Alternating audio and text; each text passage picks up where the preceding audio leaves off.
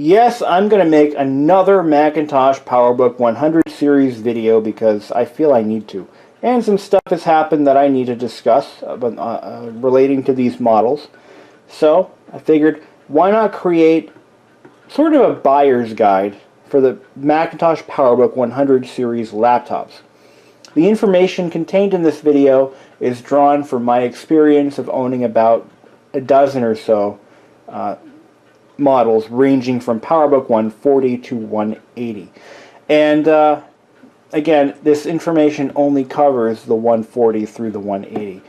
The 100s and the 190s use completely different chassis that will not really share any parts with these particular units. So, on with the show. We're going to talk about a couple of different things. This will be a long video, so I want to warn you guys who aren't really interested in these to just not watch the video because you probably will be bored. But hey, it could be entertaining for all of you. Who knows? I'm just pandering to one group of people. The 100 series Powerbook collectors or aficionados. Okay. Couple of common problems with these models that you can look out for when buying one from a flea market or from eBay, or if you already bought one and you want to inspect it for damage to see what parts you might need to look out for. This is a Powerbook 170 that I've actually owned for 11 years. It has gone through a lot in its life. I have made many repairs to this laptop in the time I've owned it, and it still runs pretty well. One of the first things I want to talk about is the display housing. And in the second part of this video, I'm going to show you a 165 that I just acquired, and I needed to evaluate it to see where I wanted to go with the laptop, whether I want to restore it or just scrap it for parts. So in that part of the video, we're going to go over the internals and what to look out for if you have the ability to disassemble the laptop, either after you've acquired it or before. So starting off with this 170. The biggest problem I find with all of these, from the 140 on, is the display hinge mounts will almost always fail. Now this one actually broke catastrophically, and I'll show you what I mean. So the display is formed of two halves. You've got your bezel, and then you've got the rear display housing, or the display housing. And the hinges are mounted underneath these caps to the main chassis, and behind the bezel they're screwed to two threaded brass nuts that are molded into the plastic.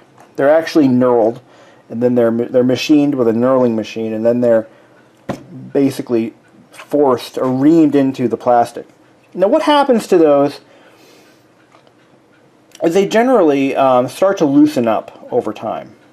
And once the hinge loosens up from the display housing, just the screws actually physically loosening up, it creates an imbalance in stress. And it causes stress to be focused on one particular area. And then when that area begins to fail, it goes to the other side. And then that one begins to fail. In the dozen or so Powerbook 100 laptops that I've owned, it has happened to all but maybe two of them. And one of the ways to prevent this from happening, if you already own one that doesn't have any signs of damage, is to frequently retorque those screws. Not over tighten them, but retorque them, just to ensure that the stress is balanced out equally. And we're going to take a look at how to do that later on in this video and what areas to look at, so don't worry about that. The second thing that usually happens to these, let's just take a quick overall condition evaluation of the unit. The rear port doors are, well, the original ones were a terrible design. The original port doors were just a solid panel, and it covered the power switch and the modem port, if so equipped. This power door, I managed to find, this is a lucky find. This is a very rare accessory, but the power door was an aftermarket door that you could buy that featured a cutout for the power switch and a cutout for the modem. The reason most of these don't have the doors anymore is because they were simply torn off and discarded. And if they weren't torn off, they broke off. It's that simple. You know, it was kind of a nuisance for most people who own these to have to open this door every single time they had to turn the machine on. And every time they had to plug in a phone line. Just a complete nuisance. So these doors were kind of a hindrance. Power doors solve that problem. Okay. Another thing you want to look out for is, okay, the first thing you're going to do when evaluating a used laptop, does it work? Does it turn on? If the laptop does not turn on, or if it turns on for a second and then shuts off, that's an easy one. Pull the battery. Let's take a look at this battery. Just slides, that cover slides back, and then the battery should slide out of the machine. But if it's stuck, if the battery doesn't come out easily, there's a reason for that too. And it has to do with age. Remember, these laptops are about 25 years old at the youngest. And what happens to these NiCad battery packs is they begin to swell and expand. And this one is in the early stages of swelling. As a matter of fact, you can see the shape of these cells bulging. Look at that. I just noticed that. Look at that. That is awful. It looks like it started melting at one point. That's not a good thing. So this is what you want to look out for. You'll notice I have tape on these contacts. Okay. If the machine does not turn on and the battery isn't swollen, put some tape over these contacts if you decide to put the battery back in. But an easy way to just eliminate that as a culprit is to pull the battery and then plug in the power supply. In the past couple of years, I found that nearly every Powerbook 100 series that I own, in fact, even this compact over here, had a problem where they wouldn't power on unless the battery was removed. Because as the battery cells get older, they develop what's called ESR, equivalent series resistance, much like capacitors, and or they simply short out. And what happens is once the battery is inserted and the power is applied, the battery is shorting out the charging circuit, which can shut the machine down or prevent it from turning on. So step one, remove the battery pack. If it still doesn't turn on, there might be a bigger problem at hand, and it's best to simply pass on the machine or start looking for replacement parts. I can't go into the details of which parts you need to replace, but I would start with maybe the backplane board, which is the bottom board inside the machine. There's actually two boards. They're connected together. I think there's actually three boards. Anyway, replace the main baseboard. Try that. I mean, there's steps you can take to narrow it down, but I can't go through that right now. It's another video for another day. Anyway, just get a parts machine and then go from there. It's easier to have an extra parts machine than it is to start buying parts one by one on eBay until you figure out what's wrong. But there are logical diagnostic steps, but we will not go over those in this video. If the machine turns on and it comes up to a flashing disk icon, okay, that's a good one. These laptops are 25 years old. I will repeat that as needed. Hard drives they were never meant to last more than a couple years. I mean, these machines were meant to be used for maybe 2 to 5 years and then replaced. Hard drives don't age well. They're not made of wine, sadly. And what happens is they begin to degrade. First, they might start developing errors. Like they'll start to, when they go to read data, like on startup, you might hear a repetitive clicking sound, like a click, click, click, click, click, like that. And then maybe, if you're lucky, it corrects itself, it figures out what it's doing, and it realizes that, oh shit, I gotta jump to the next track or something. So that's like the early stage of drive failure.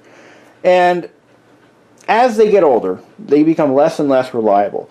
As the iron oxide, these older drives, by the way, used iron oxide, which is the same material used on VHS tapes, floppy disks, and that copy of Nirvana you bought in 8th grade.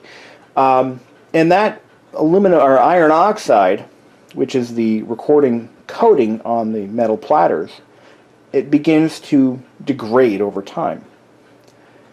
So the point I'm trying to make here is that the drives are failing and they're getting older and they're getting harder to find. Now IDE notebook drives like this, what is this, an IBM drive here, this one here, these are getting hard to find as it is.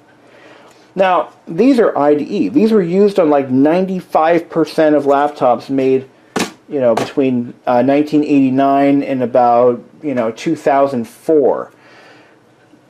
Apple, being Apple, used SCSI 1. This is a SCSI 1 laptop drive that you'll find in a typical early Powerbook. And the connector width is a dead giveaway. The connector uses all of these pins. Okay, all of these pins. It's a wide connector. And I'm going to compare that to an IDE so you can get a good look here. Definitely wider. So these drives are hard to find, and it's not like you can just put in a flash drive. You would have to build a custom flash drive interface, I mean, or an SSD. There's no SSD that'll go in this laptop. A lot of people on my channel like to say, oh, you just put an SSD in it. It's not going to work for you here.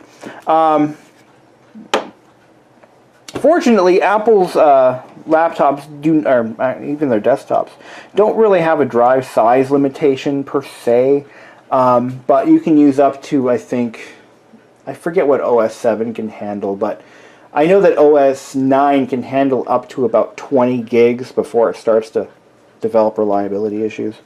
But you know, you could use a larger drive in this. Like if you can find a SCSI drive from a newer model laptop, like even a I actually had even a 250 megabyte drives, for example, that have worked quite well in these to replace the original 40s. And those you'll find, you know, in the Powerbook Duo line. I think the Duo was one of the last lines of Powerbooks to still use SCSI. But anyway, long story short, these drives are hard to find. I have my own stash of these, and I'm not giving them away. This one actually works. This is a flaky 40 megabyte drive. This was the original drive to this laptop. So these are getting hard to find. So if if you find them that work, put them aside. Real quick side note: the Tech Knight, which is another YouTuber, found that some earlier drives, I believe the Connors and the Quantums, they have a component inside made out of rubber that turns to gelatin over time, and it's causing these drives to fail. And I suggest searching for that on his channel. Although it might have been mostly related to the 3.5-inch drives. I'm not sure if it affected the 2.5-inch ones. But he did a whole video on that. Anyway, drive failures are going to be your #1 problem. So if you find one of these on eBay or Craigslist or even in a flea market that doesn't boot up, that's going to be where you want to start. Now the other thing that happens to these is occasionally you'll turn them on and they might have a what they call that, the SADMAC failure. And generally the SADMACs will come up if there's a memory problem on some models. I'm not sure if that affects the 100 series or not, but I know the LC2s are affected. I just know that because I've been through those. Anyway. Okay. So we've talked about hard drive failures, battery issues causing startup issues. We've talked about, we haven't talked about display issues, but we'll get to that. The second thing, or the third or 15 millionth thing that I wanted to talk about were trackball issues. These laptops use I love these trackballs. They have a nice feel to them, and they're pretty accurate. The problem with these trackballs, and it's a single button trackball, don't be fooled. Both of these buttons do the same function. It's just that the position of your hand dictates which button you use. If you're just scrolling through documents, you're going to use this button to click and your thumb. If you're working on typing, you know, pretty self-explanatory. I have come up with a fix for these that helps most of them that have been showing tracking issues. Okay.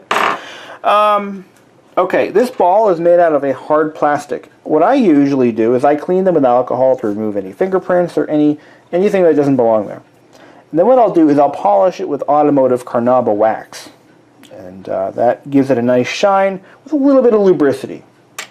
Then I'll take these little sapphire bearings and I'll clean them with rubbing alcohol and a Q-tip. I like to use medical grade Q-tips because they don't leave any fibers around and they're nice and tightly woven. The other thing I'll do is I'll take these blue silicone rollers, zoom in there, they should look like this. If they have all kinds of crap attached to them, that needs to be removed. And the safest way to do that is with rubbing alcohol and a Q-tip. And then you just gently swab sideways. Don't worry, these will slide on their little rollers. That's okay, you can move them back later on. But gently rub, don't scrape, don't use any chemical other than rubbing alcohol, and they will clean up nicely. These were disgusting when I got this laptop, I promise you. The other thing that I found, and seems to be a problem as they get even older still, is that these little silicone rollers can sometimes slide freely. Like, they should have some resistance on these metal shafts. When that occurs, you've got to do something to secure them in place. So, I took care of, I actually, this is the first time I tried this, and it worked. But what I did, I had to think of something. So I took the roller and I slid it all the way over, like that. Then I took some Loctite gel super glue. Has to be the gel. Put it on the end of a toothpick. After cleaning the shaft with rubbing alcohol, you want to remove any oils that might be on there. You take the Q-tip, or the toothpick, and you put a little drop of glue, and then here, I'll demonstrate. Now this should be the last thing you do after cleaning the silicone roller. You take the toothpick with a little, let's pretend there's a drop of glue in there. So you want to slide the roller over as far as she can go. Without the glue, by the way. On the clean tip, clean end. Slide it over, put a drop of glue, just get it between the roller, right about there. Then, with the clean side of the Q-tip, flip it around, gently slide the roller back, right in the middle. It should be right in the middle, and then you can bounce it back and forth. Make sure that it doesn't rub either direction, and let it cure, and you will have no issues. What happened was my 165 that we're going to look at later on in this video had a problem where the roller would freely move on that shaft, which would produce an issue or a symptom, whereas the ball would be moving, but the pointer would not. By the way, this is the glue that I use. This is Loctite Ultra Gel Control. This stuff is amazing. Good stuff. That's what we want to use. Okay, this one I did not do that to because I do not have that problem. Thank God. Also, if you want to know how old your Powerbook is, real quick, take a look on this little clock stamp down there. That is actually the production date of the mold that was used to produce the part. And this one was made, actually I can't tell, this one is in a different format that I'm used to seeing, but usually there's a year stamp somewhere around there. So it was made, this is so there's a 12-month clock, so it was made on the 11th month, November. On the 15th of November, of what year, I don't know. Actually, I can't tell. There's a year in there somewhere. This is actually an Ireland-produced base panel, or blower chassis. And depending on where the chassis was produced, they will actually have a year on them as well. But anyway, if I'm not mistaken though, this chassis was made in about 1991, and I believe the laptop itself was produced in 1993. So, if that's of any help to you guys. These were made in, I believe, 3 different countries. So if you look on the bottom, your country of origin will be right here. This one was made in Ireland. But as a matter of fact, the laptop was made in Singapore. So I should go back. In the 11 years I've owned this laptop, I have replaced the following parts: the rear display housing, the trackball assembly, the lower shell, and the hard drive has been replaced 3 times. Okay, let's move forward here. Fortunately, the keyboards on these laptops are usually pretty reliable. But like I said, there are some structural problems to watch out for, and we're going to take a look at that in the second half of this video. Before we do that, I want to make sure I mention this, but if you have batteries that are not swollen, even if whether they take a charge or not, you want to cover the contacts with tape. I would suggest using 3M Kapton tape because it doesn't leave any residue and it's pretty durable and thick. This is Scotch tape. I did this for whatever reason, I don't know. I would have used something better under any normal circumstances. But by covering this, this point right here, you can easily put the laptop battery back in as long as it's not swollen, and you can plug the laptop in and use it as normal without risk of the battery charging and causing some major problems, like, for example, that. That's what you want to avoid. We're going to talk about that, but first, let's power it up. So, there are 2 very common problems. These laptops use 3 different main types of displays, okay? The 140s, 145s, 150s, 165, the earlier, or the lower end models will use a dual scan passive matrix display. Back in the day, the dual scan passive matrix monochrome displays were low quality. They were the low quality option. They were the poor man's display, and they were not really well desired. But because these were so expensive, that is what the bulk of the customers could afford, and that's what they got.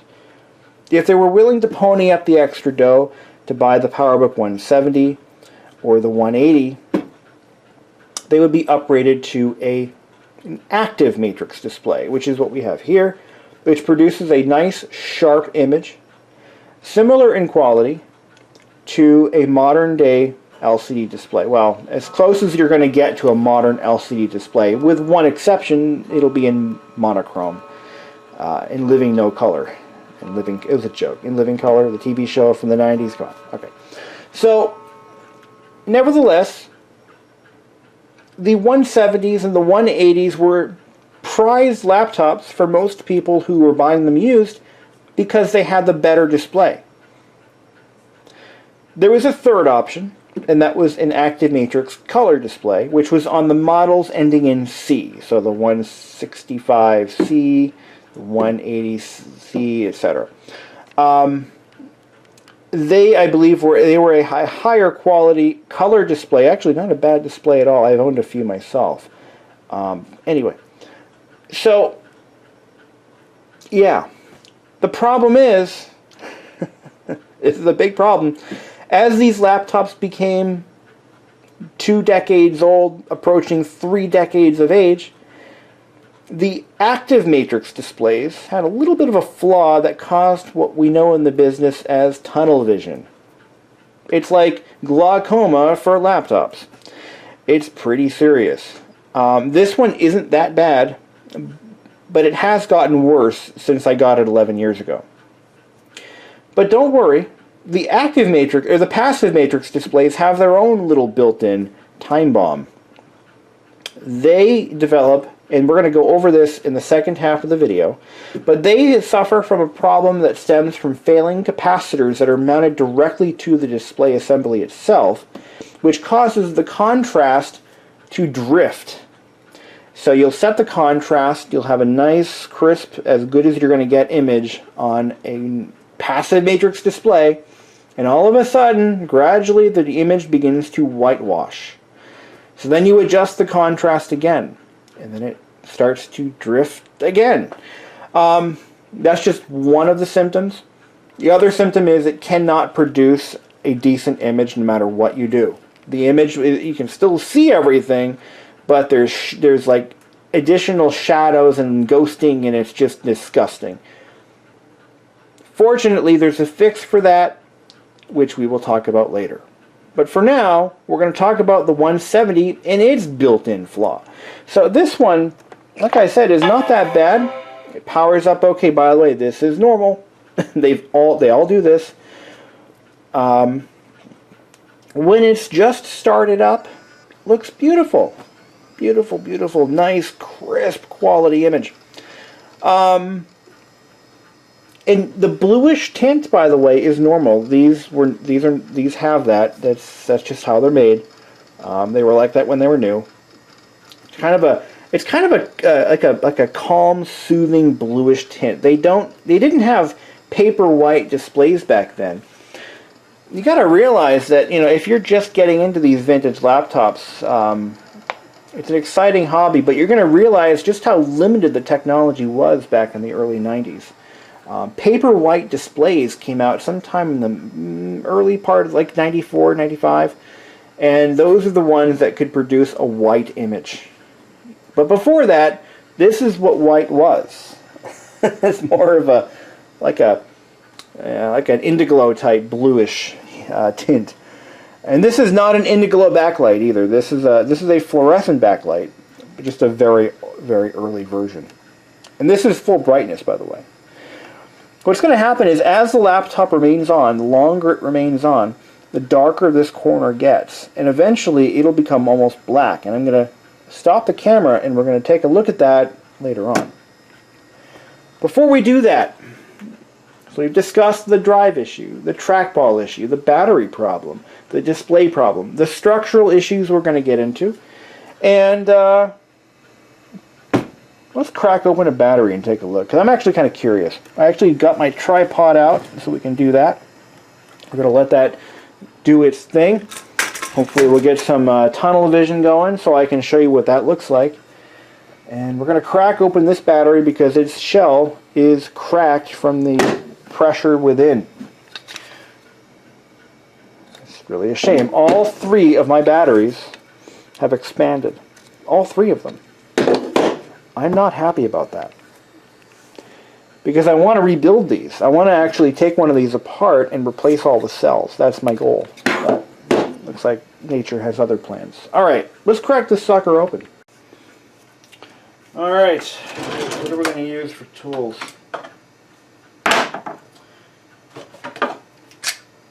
Use this. Unfortunately, the casing is already damaged beyond all hope. So, trying to save this is just out of the question now. So what we got to do is remove the. We're going to remove the door. Now this is locked in with a tab that you can't really see, but if you go like this,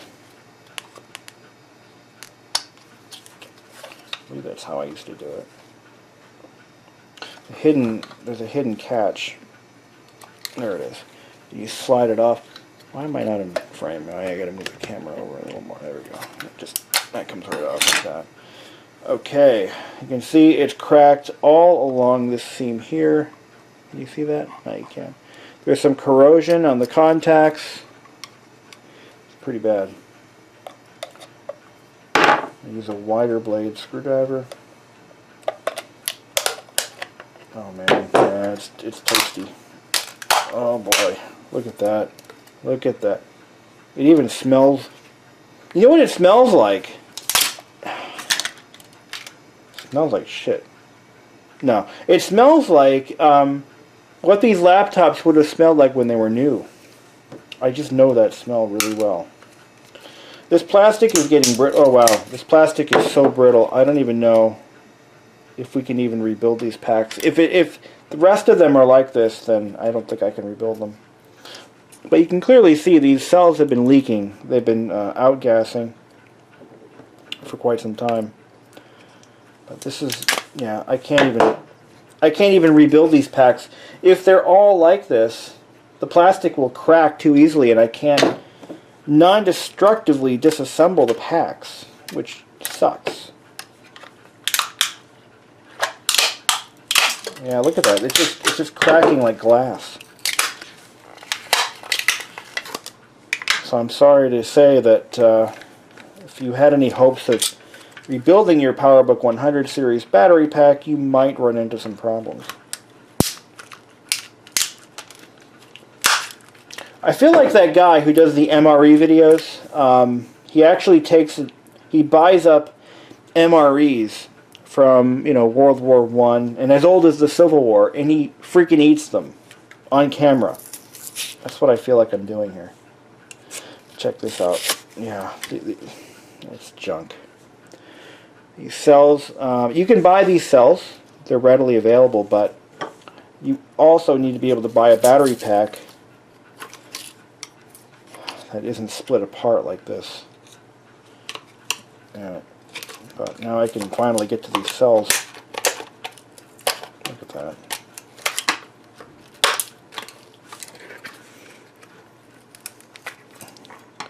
What's in here? There should be some protection stuff. Oh, I just tore the cells apart. We've got a thermal protection fuse here.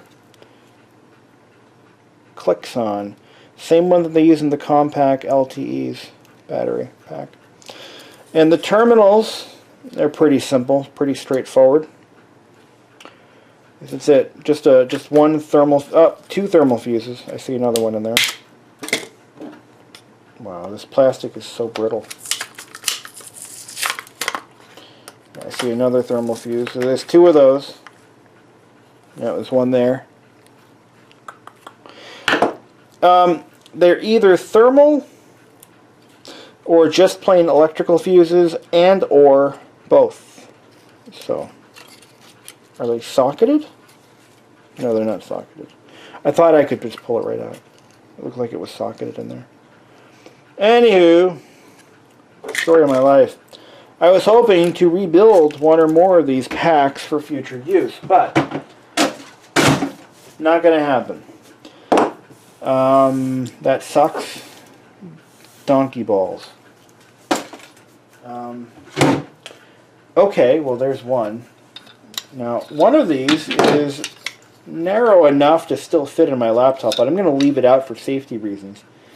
Looks like they're expanding even more as they get older, and eventually they'll split the case apart. That's what we don't want, obviously.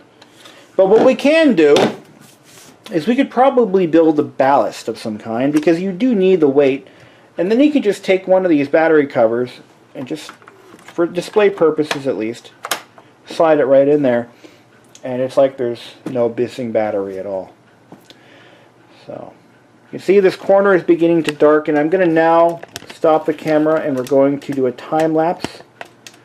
The time right now is 10:15, and I'm going to we're going to do a time lapse in about an hour, and we're going to see what it looks like in an hour.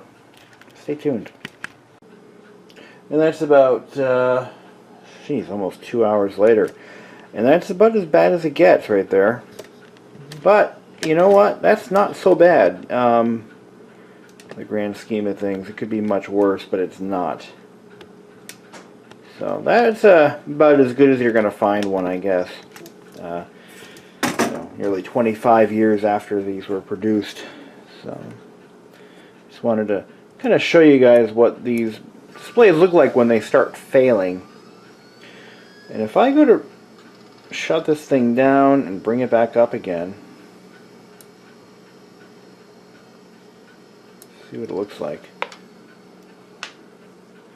Yeah, you can still see the darkness around the perimeter of the display. If I take a flashlight, these are transflective displays, You can actually see a little bit of it here. And there, and there, and there. Actually, you can still see the file menu. Check that out. Pretty neat, huh? Alright, well, onward and upward. Let's take a look at a Powerbook 165 with a passive matrix display.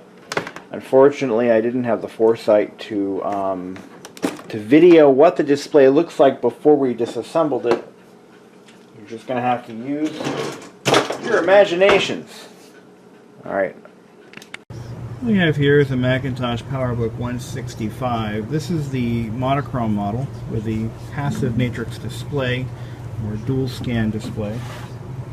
And this one suffers from an issue where the contrast tends to drift in value. So it starts off really dark and then it turns white over time, and you have to keep meddling with the contrast control. And this issue is known to be caused by faulty capacitors on the display assembly.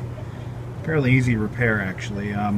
Watched a couple of videos on it and it looks pretty straightforward. But I want to show you a couple of weak spots. Now this is one that I just picked up from a fellow YouTuber, and it's been apart before, looks like. Let's see if I can. Yeah, these little screw caps are turning to mush, so we want to get those out very carefully. There's one common spot on these that affects the display hinges. I'm going to leave these out. It affects the display hinges, and it's kind of the Achilles heel of this entire product line. I'll show you what I mean. I'm going to pull this off. I found some damage that I wasn't expecting. This backlight cable is severely compromised. I'm going to have to repair that. These are high tension lines. These are high voltage. You will be electrocuted if you touch this. And it was caught between the display assembly halves. So I'm going to pull the screen off first. Just 4 screws on the corners. Okay, here's the display, and these are the capacitors. There's 6, 7, 8, 9, 10, 11 capacitors in all. And to replace them we have to disassemble the display. That'll be another topic for another video. But right now I want to see if this thing is even worth fixing. And what I mean is, I'm going to examine these standoffs, these threaded brass inserts, for stress fractures. Again, this is the Achilles heel of this model, and if they're broken or if they're failing, it's like not worth fixing, in my opinion. Now there are ways around it, but as a complete moronic self-described purist, it to me is not worth my time if they're broken. If that's the case, I'm going to put this in my display cabinet at work here and forget I own it. So let's take a look. Alright, I like what I see. Check this out. These are not broken. These are not broken at all. They're not even, no signs of any stress fractures at all on any of them. So it's entirely possible that this piece had been replaced before. Let's take a look. No, it has a production stamp of 94, so it's likely it has been replaced. It's actually very likely it's been replaced. That would explain why it looks like it's been opened before. So that's a good thing. That means that this laptop is absolutely worth every ounce of effort I have to put into it. So let's go ahead and dig even further. There's a couple of other problem spots that I want to go over. Okay, the other trouble spot is this screw right below the modem. They always crack right here. Where am I? They always crack right there. And I've never seen one that didn't. So this is no exception. We're going to remove that little screw. One of the reasons for this is it is a tapered screw and they often get over tightened. And it splits the plastic apart, but it's not really that bad. It's actually pretty good. This one still has its port door intact, which is unusual. Unfortunately, the clip is, or the latch is broken off. So we're going to just take the door off, and I'm going to try to find another door for it.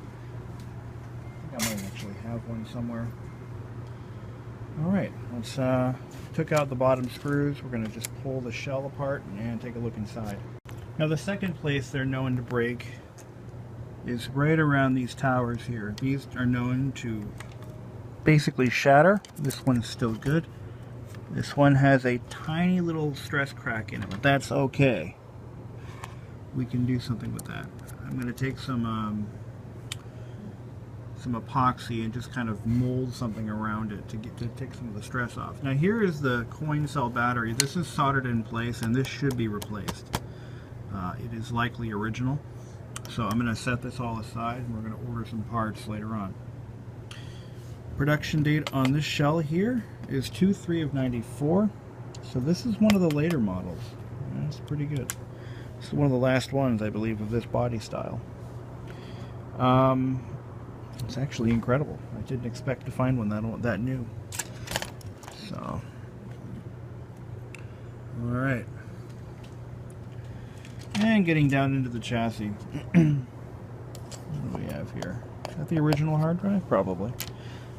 Another place they break it, this one's doing it, right down in here. We're going to take some self-mixing epoxy and we're going to mold around that. So those always break, but this one hasn't completely shattered apart. That's pretty much it. Hard drives tend to fail in these a lot. I have some spares at home. So if that drive is proven to be bad, I will replace it. This is where the RAM expansion would go, if it had one. This has the factory 4 megabyte RAM quantity. And, no, I'm sorry, over here. Over here. Now, these are silicone pads. These are basically the great-great-grandfather to these, which are used on modern equipment. These are a silicone heat transfer material. And this is like the great-great-great-granddaddy of that. This one is in really good condition. I'm glad I got it.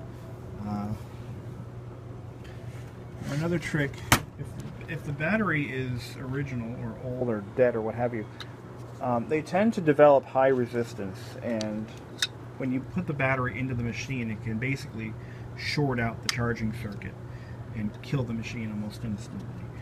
What I like to do is I put tape, Kapton tape, over the contacts to solve that problem. This is a functioning laptop. It is worth fixing. It is in really good condition in all aspects. So I'm going to preserve this one just like I had my Powerbook 170. My Powerbook 170 needs a new display, although I can't find one. So that one's going to probably wind up in my display cabinet as a historical relic. Unfortunately, I can't fix it. So it's got the infamous, we call it cataracts or what have you. Tunnel vision is the other word for it. It has tunnel vision, so it starts to go dark around the edges. And there's no fix for that, unfortunately. But anyway, this one's in really good shape. I'm actually pleasantly surprised. I've already done some repairs to the trackball. I cleaned the silicone rollers and I glued them to the shafts so they don't slide around anymore. This trackball works really well now. Very impressed how well that came out. Alright. Till then, if you're wondering how I'm going to fix this lead that's been munged pretty badly, I'm going to take some heat shrink tubing and we're going to sleeve it. I'm going to fire up my heat gun here. Here we go. So we're going to just take this little piece of shrink tube